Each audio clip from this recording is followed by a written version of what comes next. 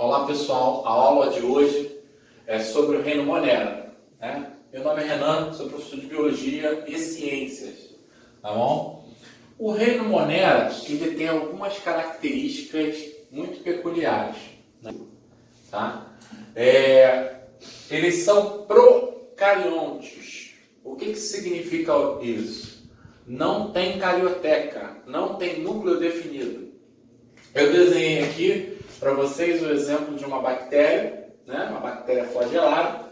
Ela é do tipo bacilo, né? E aqui por dentro da bactéria, vocês reparam o seguinte: a gente tem o material genético dela, o DNA, e esse DNA ele não é envolvido por uma membrana nuclear.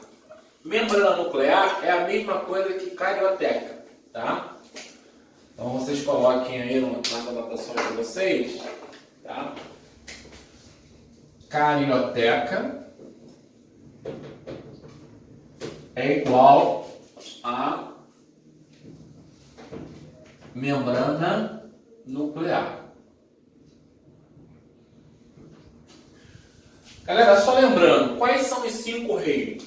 Reino Animalia, reino Plantae, reino Fungi, reino Protortista e o reino Monera.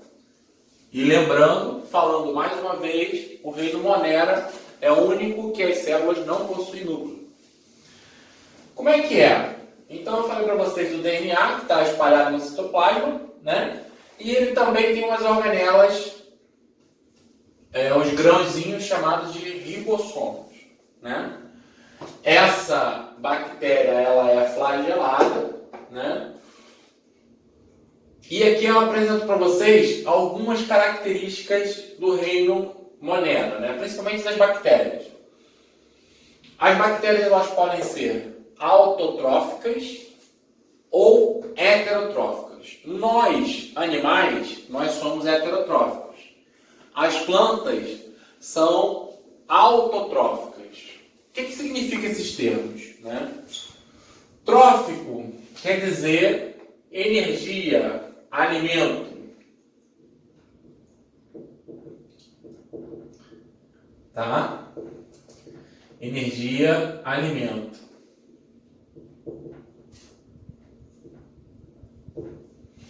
Então, olha o prefixo dessas palavras.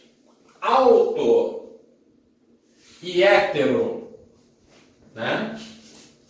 Autotrófico significa o quê?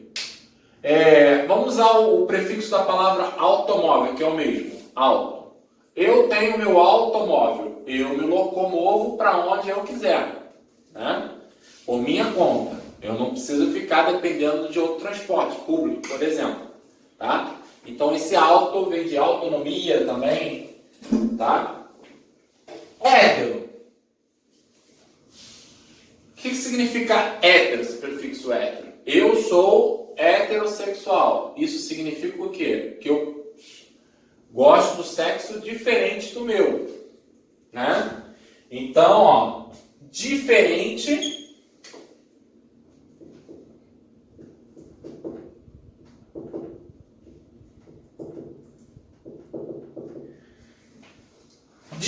alimento. Nós precisamos nos alimentar, né?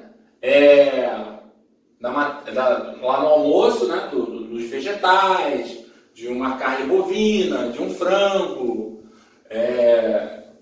e outras coisas mais. Então, a gente precisa desse alimento já pronto. Já os autotróficos, eles produzem seu próprio alimento. As plantas, através da fotossíntese, produzem seu próprio alimento, a glicose, tá? Algumas bactérias são autotróficas, não fazem fotossíntese, até fazem, mas podem fazer quimiossíntese também, tá? Processos aí para a fabricação do seu próprio alimento, tá? Então, até agora, o que eu falei aqui? Procariontes, a questão do alimento, energia. Aí eu coloco, a maioria se reproduz assexuadamente por reprodução de bipartição. Seria mais ou menos o seguinte, tá? Ó,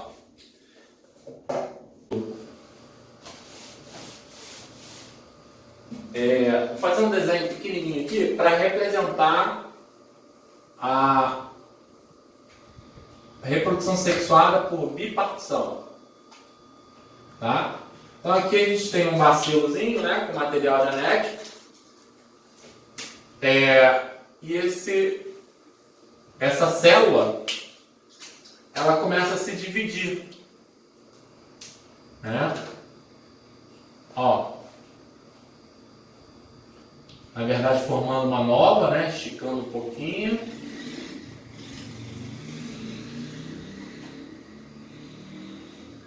E o material genético também vai ser dividido. Ó. Aqui, tá?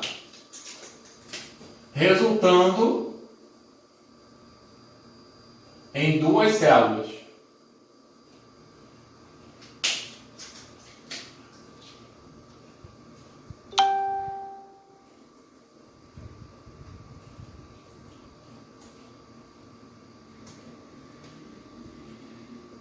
Tá? Duas células.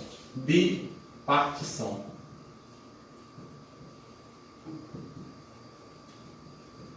Pessoal, é um tipo de reprodução assexuada. Né? Assexuada não tem gametas, não tem células reprodutoras. Quais são esses gametas? Só lembrando aí, quais são os gametas? Espermatozoide e óvulo, no caso dos animais. Tá? Não tem isso. Tá? É a simples divisão do DNA. Né? Então, esses indivíduos aqui, eles vão ser clones. Quando fala que um indivíduo é clone do outro, é porque possui o mesmo material genético. Tá? É importante também, né, um assunto muito importante em biologia é a questão da ecologia. Né? E dentro da ecologia, a gente tem um ciclo do nitrogênio. Tá? Se não tivessem as bactérias, né, esse ciclo do nitrogênio não é possível. Tá? As bactérias fixadoras de nitrogênio, tem um monte de bactérias no solo principalmente, tá? Que são importantíssimas para a gente. Né? Por quê? O nitrogênio não é igual ao oxigênio que a gente consegue captar pela respiração. O nitrogênio a gente só consegue captar através da alimentação. E para as plantas converterem esse nitrogênio em aminoácido, é fundamental o papel do nitrogênio das bactérias no solo. Tá? Então elas exercem também um papel muito importante no ciclo do nitrogênio. Tá? Outra coisa importante também das bactérias, né? Os líquens. Eu não sei se vocês já viram algumas manchas, principalmente em locais que não são poluídos, né? Onde o ar é bem puro, a gente vê algumas manchas nas árvores e até em rochas mesmo, que elas são brancas, esverdeadas, às vezes tem um contorno vermelhinho. Esses são os líquens. Os líquens, eles são associações de fungos com algas ou fungos com bactérias. Tá? Então, mais uma vez aí, a bactéria como é que é importante, hein? No caso das bactérias, elas fazem aí o processo autótrofo, né, para os fungos, produzindo a glicose, e os fungos, no líquen, e os fungos, eles dão água, sais minerais, abrigo para essa associação aí, para esse conjunto. Tá? Mas isso é um assunto para outra hora. Muito bem. O que significa falar que as bactérias são saprófagas? Tá? Bactérias saprófagas é que elas fazem a decomposição, né? Fazem a decomposição dos seres mortos, né? As bactérias e fungos são fundamentais para a natureza, né? Se não fossem as bactérias e os fungos, a Terra seria um acúmulo de cadáveres, tá? Eles são os decompositores aí. Bactérias fermentadoras, que não utilizam o oxigênio para fazer a respiração, né? Uma respiração anaeróbica, tá?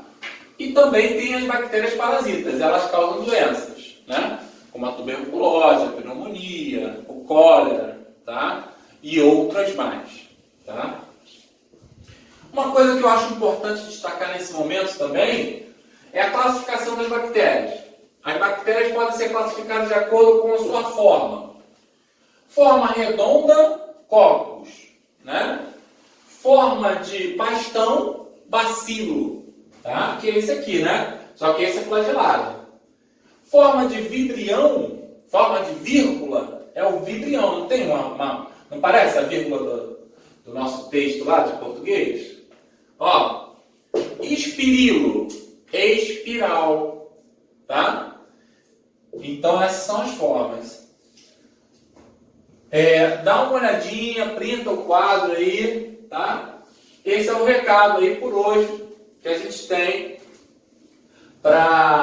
falando sobre Rhinomonera. A gente falou principalmente das bactérias, tá bom? Tchau, até a próxima, pessoal.